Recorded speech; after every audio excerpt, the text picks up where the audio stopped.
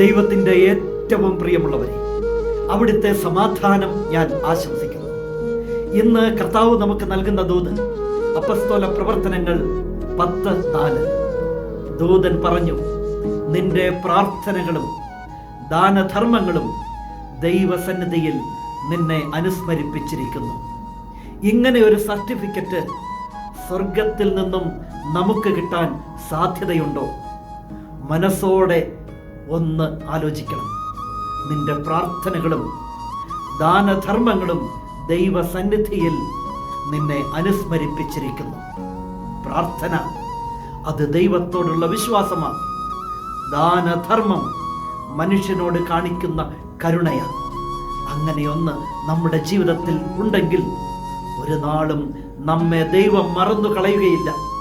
ഇല്ലെങ്കിൽ ആരംഭിക്കണം. പ്രാർത്ഥിക്കുന്ന മനുഷ്യനെ ദൈവം മറക്കില്ല.